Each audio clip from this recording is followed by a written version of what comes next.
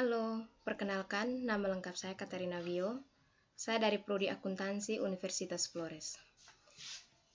Di sini saya akan menjelaskan tentang sistem informasi di sebuah perusahaan. Yang pertama, sistem informasi akuntansi.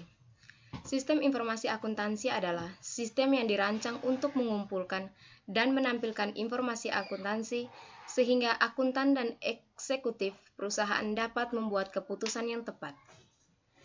Manfaat menggunakan sistem tersebut yaitu menyediakan atau menyajikan informasi yang akurat dan tepat waktu sehingga perusahaan dapat melakukan aktivitas utama pada value chain secara efektif dan efisien.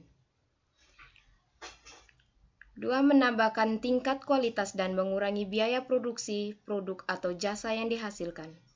3. Menambah tingkat efisiensi kinerja bisnis, baik itu bagian keuangan dan bagian lainnya. 4. Meningkatkan kemampuan dalam pengembalian keputusan. 5. Meningkatkan sharing knowledge atau ilmu alih. Kelebihan dan kekurangan sistem informasi akuntansi.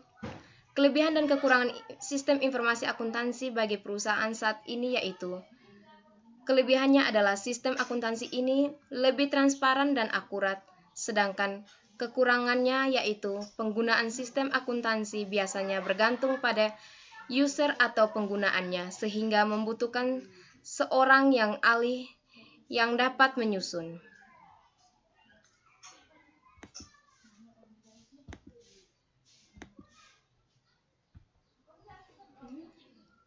Selanjutnya adalah sistem informasi pemasaran.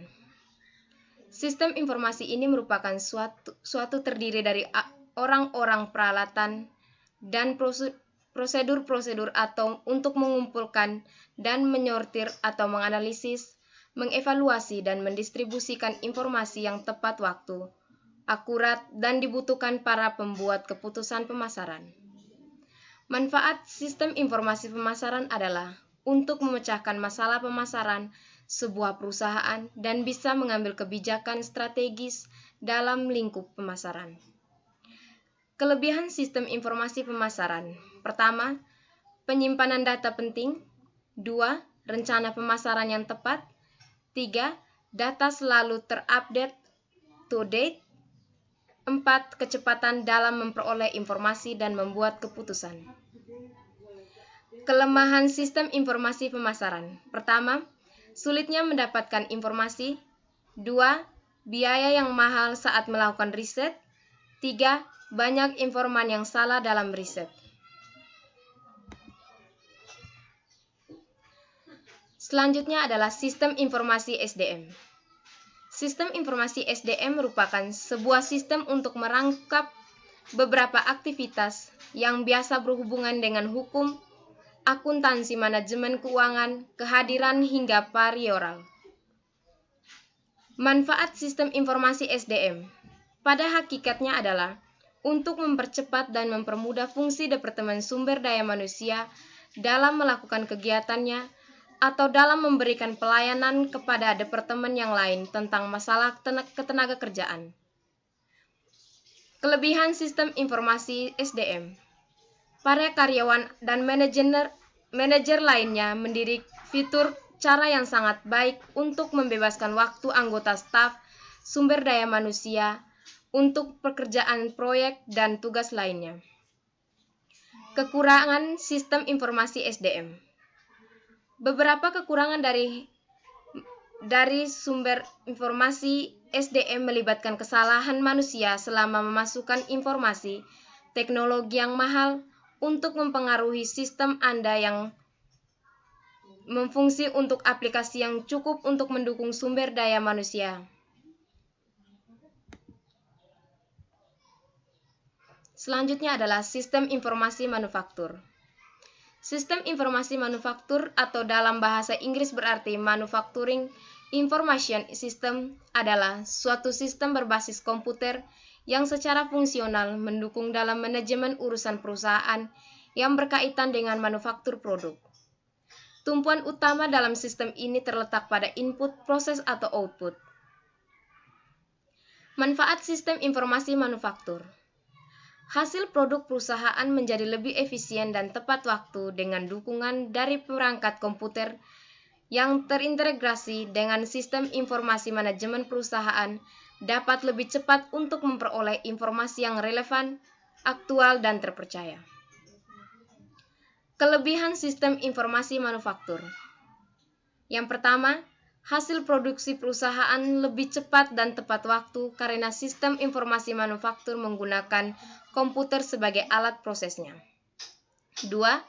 Setiap komponen data dalam sistem informasi manufaktur dapat menunjang proses pengelolaan untuk menjadi informasi yang berguna bagi Departemen Persediaan, Departemen Produksi, dan juga Departemen Kualitas, sehingga keuntungan yang diperoleh perusahaan lebih meningkat karena informasi yang diperoleh informasi akurat dan terpercaya.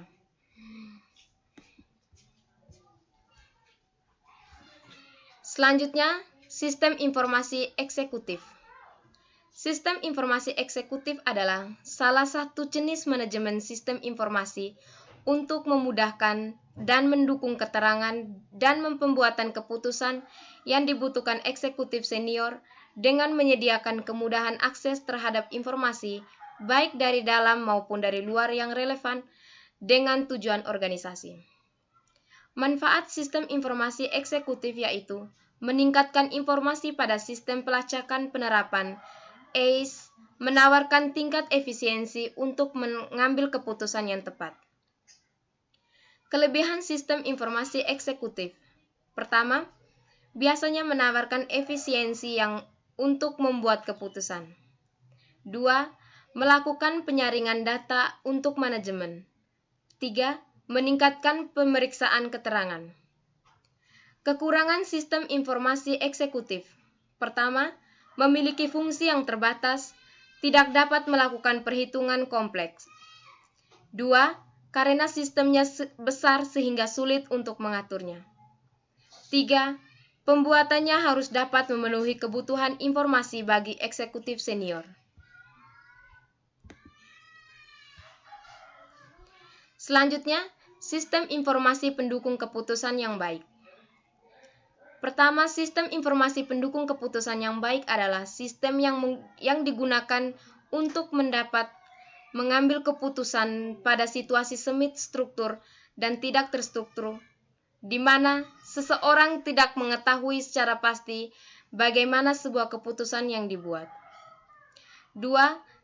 Manfaat sistem informasi pendukung keputusan yang baik adalah untuk meningkatkan kemampuan pengambilan keputusan dan memberikan alternatif keputusan yang lebih baik sehingga dapat membantu untuk menetapkan sebuah keputusan. 3 kelebihan sistem informasi pendukung keputusan yang baik. Pertama, menghasilkan solusi dengan lebih cepat dan hasilnya dapat diandalkan. 2. Memperkuat keyakinan pengambilan keputusan terhadap keputusan yang diambilnya. 4. Kekurangan sistem informasi pendukung keputusan yang baik. 1. Ada beberapa kemampuan manajemen dan bakat manusia yang dapat dimodelkan sehingga model yang ada dalam sistem tidak semuanya mencerminkan persoalan yang sebenarnya. 2. Harus selalu diadakan perubahan secara kontinu untuk menyesuaikan dengan keadaan lingkungan yang terus berubah agar sistem tersebut selalu up to date.